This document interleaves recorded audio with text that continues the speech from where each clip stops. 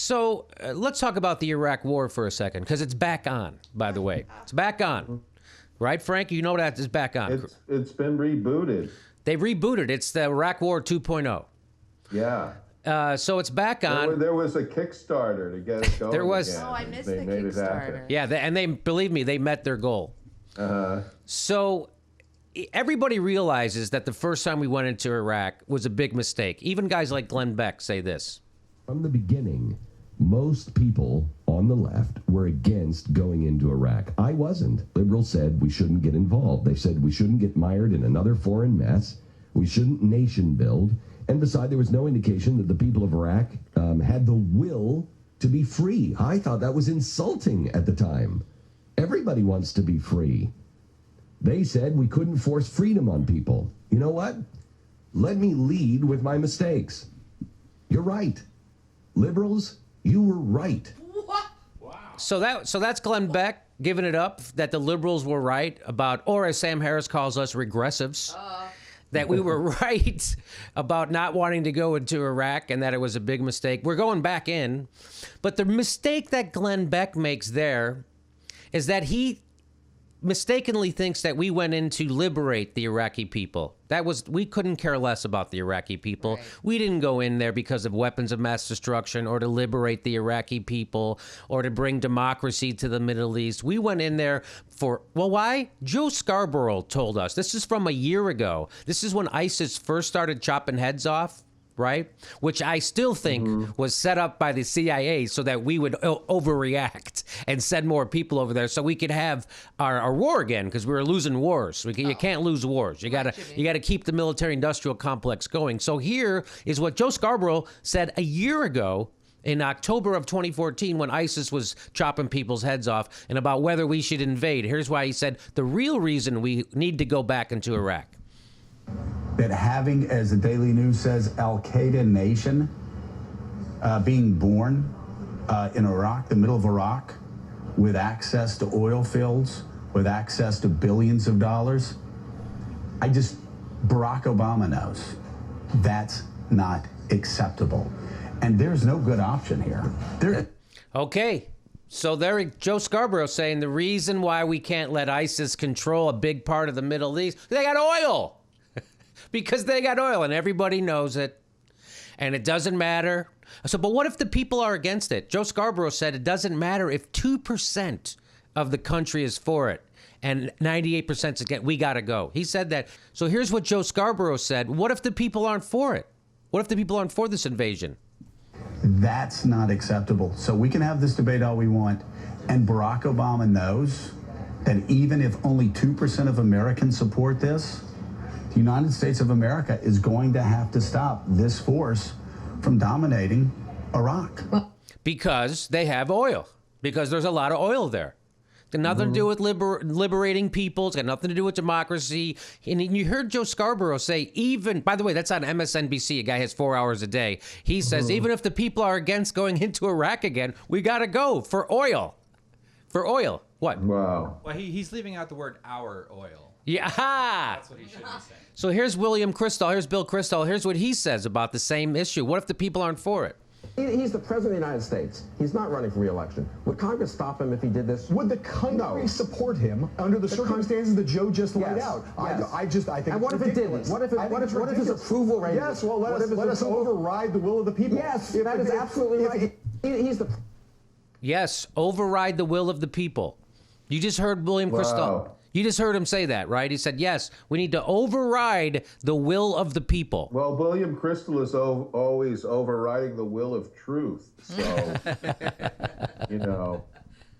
it's just kind of ridiculous. So, and everybody, by the way, what everybody was pushing back on Bill Kristol there about, he wanted to go in, he wanted to have a bombing campaign against ISIS, and he wanted to put in a bunch of special ops, and guess what? That's exactly what we're doing.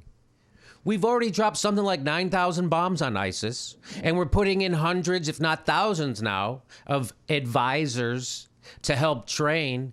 We're not helping train. They're doing active military missions inside of Iraq, inside of Syria. So we're back in a war. We're doing it. what they said to Bill Kristol and Joe Scarborough is the people aren't for it. Doesn't matter. We're doing it anyway. They want Bill Kristol and Joe Scarborough want peace in this world for the rest of 2003. That's their hope. So here is I was watching Lawrence O'Donnell. He had a really smart person come on the show who knows. You sent me the guy's name yesterday. What was the guy's name? Eric? Eli Berman. Eli Berman. Right, so he's a smart person. He knows everything. Here's what he says how to defeat ISIS. By the way, we can't bomb ISIS out of existence, right? So I guess what we said before is you got to bomb these Muslims, even though we've been bombing Iraq since 2003. We've been bombing them since 2003. Actually, way before that. We started bombing them way before that, okay? So we've been bombing Iraq since the first Gulf War. Bill Clinton continued it. It started again under Dore. So we haven't really ever stopped bombing. We've been doing it for 14 years. What we've done is created more enemies. That's exactly what bombing does. It creates more enemies. Yeah, we bombed them into existence. We bombed ISIS into existence. That's a great way to put it. That's right. But the idea of the neocons... is that you have to bomb the Muslims. If you bomb them enough, you'll turn them into Christians. You bomb a little more, you turn them into Jews. Bomb them too much, you turn them into atheists. Then you got a whole nother problem.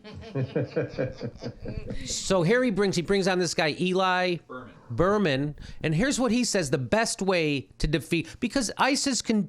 Here's the best way to defeat ISIS. You know, the Soviet Union collapsed not because we invaded them. They collapsed because they imploded on their own. As an economic ideology, it failed. Now, ISIS, as an or Daesh, as an ideology of governance, they're trying something that we know from experience fails. It's basically a bunch of thugs looting the local population. That's not a way that you could possibly govern. And so, if we left it alone, it would eventually implode. So he makes the point, Frank, that we beat Russia without firing a shot. Right. And how do we do it? Their economy imploded on itself. And he's saying the same thing would happen with ISIS because the way they're set up, their system is not a governing system. They can't, so it wouldn't work. We should just let them implode on themselves, right? So let the people who live there, where ISIS is, let the people who live there get rid of them themselves, right? That's really what you should do. If a government can't sustain itself, let it get rid. So that's a great, but again, that's not what we're doing. We're going to go and try to bomb them. Well, it's American exceptionalism. And look, we created one ISIS, but that doesn't mean we can't create several more. Let's not be quitters. And here's the whole thing. We're doing this. We're ramping up the war right now with Iraq and with ISIS in the Middle East because of the Paris terrorist attacks. So here comes Jacob. Oh, I just thought it was our way to say Happy Christmas. Yes. So you say Happy Holidays, honey. So here is Jacob Shapiro. He's an associate professor of politics from Princeton. And here's what he has to say about us going to war with ISIS because of the Paris attacks. This is very interesting. So this organization has been in existence since at least 2006, and for that entire time has had the capacity to attempt attacks like the one in Paris. And that was true when the United States had 160,000 forces on the ground. It's true today when we have none on the ground. And so sending 20,000 forces in, yes, you could pull down Daesh's flag from Raqqa with 20,000 American forces and air power. But that doesn't solve the problem of being able to engage in terrorism overseas. If that's the problem you're trying to solve, you need a political settlement. And experience in that region shows you're not going to get that by simply taking the capital. So what he's saying is you want to stop terrorism like the terrorism that happened in France. Sending troops over there isn't going to do it. Because guess what? They can do that at any time. When we had hundreds of thousands of troops in Iraq, they still had the capability to do attacks like that. You can't stop terrorism. Okay, so you just have to, like Israelis, they've learned to live with it, right? So you have to, by the way, no terrorism in the United States. They haven't come over here yet. They're still over there fighting where people are.